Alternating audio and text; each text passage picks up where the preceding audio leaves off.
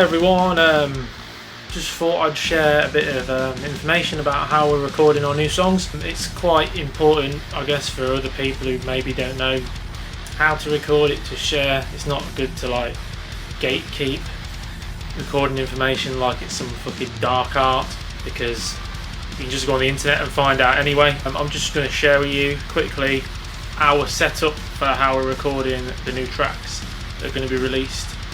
Well, at the time of recording, next year, but next year starts tomorrow. So basically, the way we've gone for it this year, or this time rather, is I've got two tube heads here, the MT100 and Black Star Gus G signature, which is one of 250, I believe. I've had these tube heads for a while, and I've always thought, oh, why am I not using them? I'm always using either the Kemper, which I'm also trying to sell, so if you want a Kemper full rig fucking setup, foot switch, everything, let me know. Or the Neural DSP to record. We in fact used the Neural DSP Quad Cortex to record the last track, but this time I wanted to try something different. So we've got these two tube heads. I was like, how can I use them? Well, luckily this thing exists, which is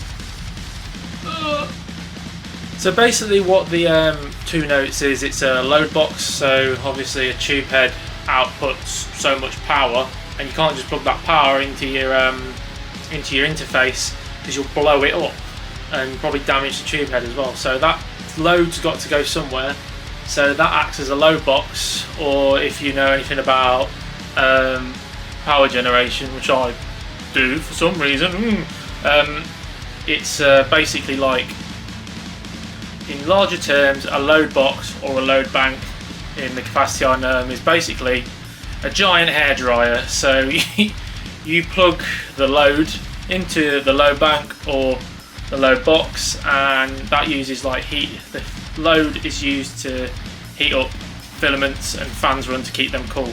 So yeah, like a big hairdryer. In the real world, they're used for like testing generators and stuff. So instead of the load from the generator or the power from the generator going to a whatever you want to power, it goes and gets turned to heat and gets blown out the top of this giant hairdryer. So basically it's like the guitar amp version of that, with the added point that this can do cab simulation, which I'll show you soon. So I've gone and got everything turned on and warmed up now. Tube amps, you got to let them warm up for a little bit. What I'm going to do is I'm going to load up the Torpedo app on my phone. This is the main way I use to fiddle around with my tones and cabs and stuff, because that means I can keep the recording software open, because I only have one monitor. I've just got one track in Reaper, no EQs or anything before. It's going straight out the back of the Captor Torpedo X with an XLR. Comes straight out the back, no weird connectors or anything. Straight into the Focusrite Scarlett. Which one have I got? 6i6. Focusrite Scarlett 6i6. So as you can see, I've got one of my MT100 settings there. So two microphones you can choose from, very useful. So this MT100 is quite a noisy amp, so what I've had to do is use the noise gate feature, which is on the left there. I'll just turn that on and off. Currently on here it's default to off, which is not too good. Now to me that sounds quite boomy and weird. Not to my liking. And also the gate isn't good enough. There is a learn function, but I found it can be hit and miss. So you're still getting that at the end there, so I'm just going to turn it off. See, I don't like that. I think that sounds like shit. Made two settings myself, which I guess I could put for download if people want them. Just comment and I'll put them out there. So it's got a bit more mid-range. I didn't dial the settings with this guitar. I dialed them with my other PRS, which has got a bit more beefier pickups, but it still sounds better than it did before.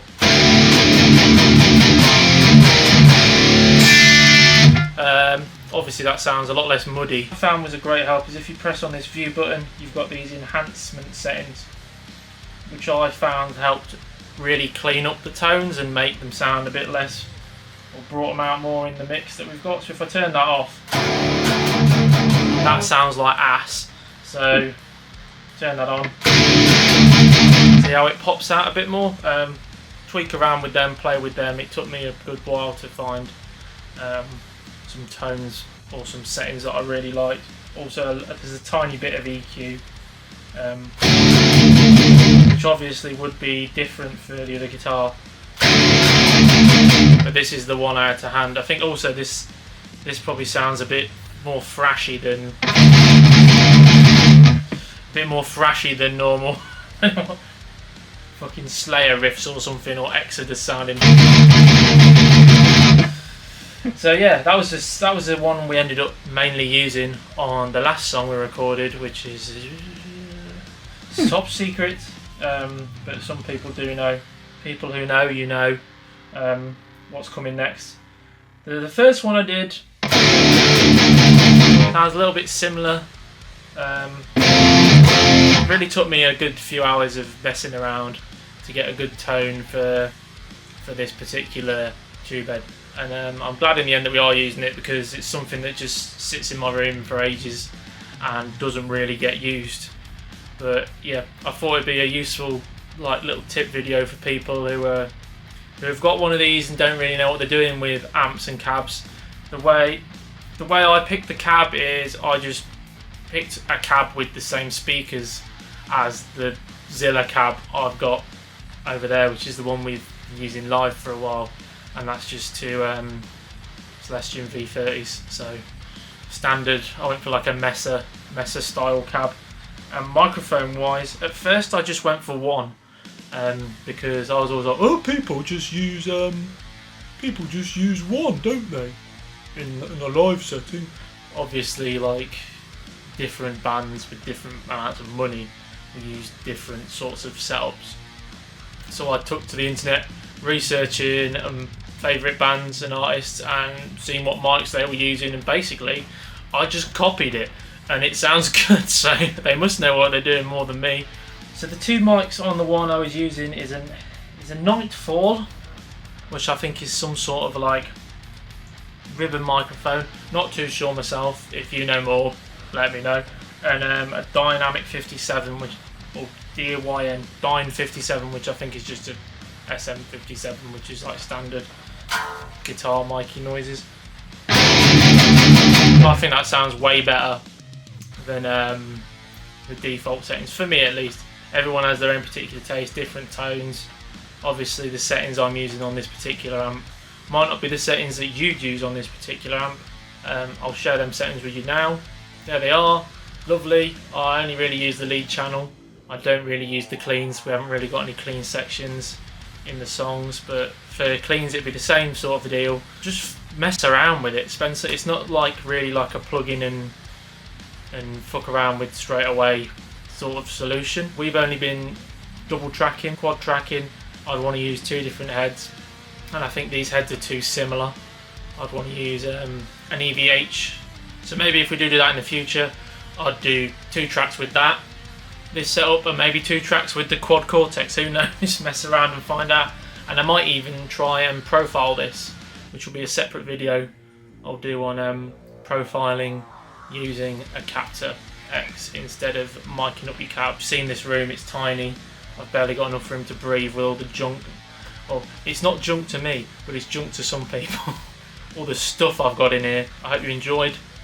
If you did, remember to like, comment and subscribe. I know this channel is relatively dead, but I kind of see it as an offshoot, a more techie talk side to the main band sort of thing at the minute. So it's just where I post my musical rantings and ravings. What's next? I don't know. We'll see what happens. Maybe I'll do loads of videos. Who knows? Right, thanks for watching, guys.